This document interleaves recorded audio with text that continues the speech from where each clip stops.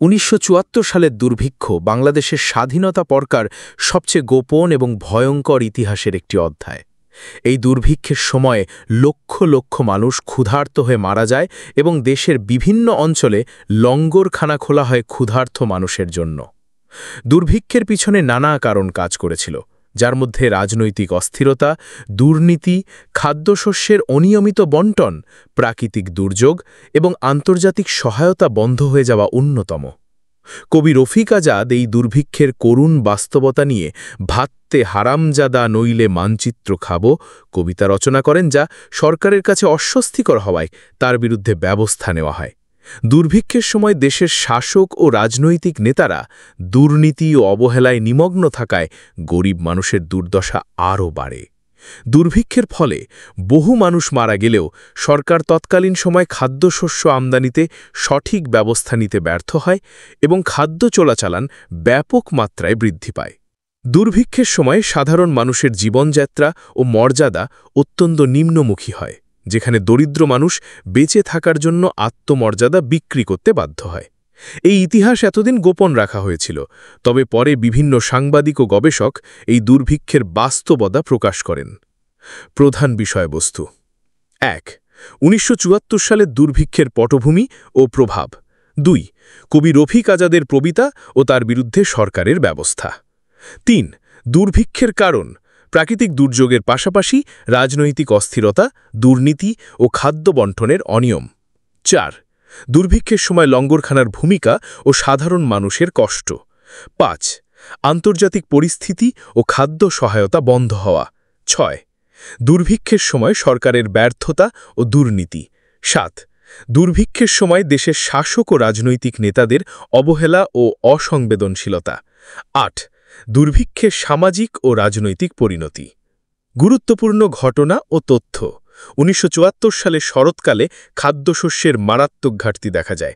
দুর্ভিক্ষের সময় বিভিন্ন জেলায় হাজার হাজার লঙ্গরখানা খোলা হয়। এক নারী অভুক্ত শিশুকে পানিতে ফেলে দেয়, শিশুটিকে শিয়াল থেকে উদ্ধার করা হয়। অস্ট্রেলিয়ান সাংবাদিক জন পিলজার দুর্ভিক্ষ নিয়ে একটি ডকুমেন্টারি নির্মাণ করেন। কবি রফিক আজাদের কবিতার জন্য তাকে আইনের কাছে হাজির হতে হয়। দুর্ভিক্ষের জন্য আন্তর্জাতিক বাজারে তেলের মূল্য বৃদ্ধি ও খাদ্য আমদানির ব্যর্থতা দায়ী। নোবেল বিজয়ী অর্থনীতিবিদ অমর্ত্য সেন দুর্ভিক্ষের কারণ হিসেবে দুঃশাসন ও দুর্নীতিকে দায়ী করেন। দুর্নীতি ও খাদ্য চোরাচালান দুর্ভিক্ষকে তীব্রতর করে তোলে।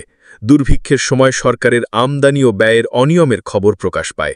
দুর্ভিক্ষের মধ্যেও শাসক ও রাজনৈতিক নেতাদের বিলাসী জীবন চলমান ছিল। হাইলাইটস: ১৯৭৪ সালের দুর্ভিক্ষে লক্ষ লক্ষ মানুষ ক্ষুধার্ত হয়ে মারা যায়।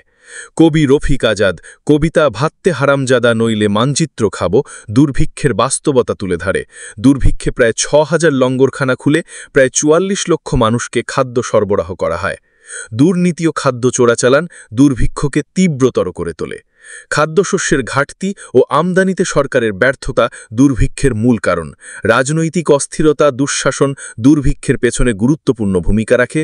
দুর্ভিক্ষের সময় সরকারের বিলাসী ও অবহেলামূলক আচরণ জনগণের কষ্ট আরও বাড়িয়ে তোলে।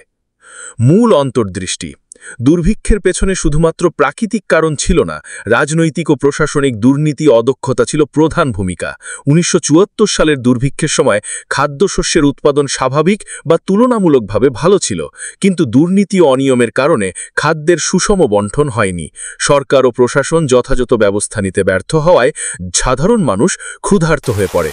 কৃষি উৎপাদনের ঘাটতি ও প্রাকৃতিক দুর্যোগ দুর্ভিক্ষের মাত্রা বাড়িয়ে তোলে। ১৯৭৩ সালে বন্যা ও খরা দেশের কৃষি উৎপাদনকে প্রভাবিত করেছিল, যা ১৯৭৪ সালের খাদ্য সংকটের অন্যতম কারণ। কিন্তু এই প্রাকৃতিক কারণ একা দুর্ভিক্ষের জন্য দায়ী নয়। আন্তর্জাতিক রাজনৈতিক পরিস্থিতি ও খাদ্য সহায়তা বন্ধ দুর্ভিক্ষকে তীব্রতর করে। কিউবার কাছে পাট বিক্রয়ের পর যুক্তরাষ্ট্র থেকে খাদ্য সহায়তা বন্ধ হয়ে যায়, ফলে খাদ্য সরবরাহ ব্যাহত হয়। এছাড়া আন্তর্জাতিক বাজারে তেলের মূল্য বৃদ্ধি পরিবহন খরচ বাড়িয়ে খাদ্যের দাম বৃদ্ধির কারণ হয়ে দাঁড়ায়।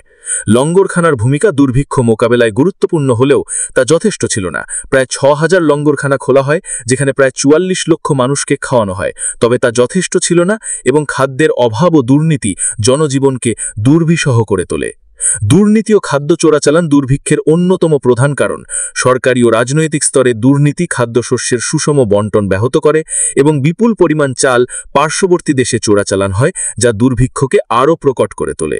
শাসক শ্রেণীর অসংবেদনশীলতা ও বিলাসিতা দুর্ভিক্ষের সময় জনগণের দুর্দশাকে আরও বাড়িয়ে তোলে। গোপনীয়তার কারণে এই ইতিহাস বহুদিন অজানাই থেকে যায়। 1974 সালের দুর্ভিক্ষের করুণ বাস্তবতা দীর্ঘদিন ইতিহাস থেকে গোপন রাখা হয়েছিল, যা পরবর্তীতে সাংবাদিক ও গবেষকের প্রচেষ্টায় জনসম্মুখে আসে।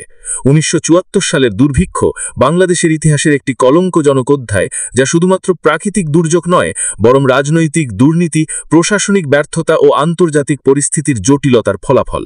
এই দুর্ভিক্ষের মাধ্যমে দেশের শাসকদের দায়িত্ববোধের অভাব ও জনগণের প্রতি উদাসীনতা স্পষ্ট হয়। দুর্ভিক্ষের সময় কবি রফিক আজাদের সাহসী কবিতা ও সাংবাদিক জন পিলজারের ডকুমেন্টারি জনগণের কষ্ট ও দুর্ভিক্ষের বাস্তবতা তুলে ধরেছে। এই ইতিহাস থেকে শিক্ষা নিয়ে ভবিষ্যতে এমন সংকট এড়ানোর জন্য স্বচ্ছতা, সুশাসন ও জনকল্যাণমুখী নীতি গ্রহণ অপরিহার্য।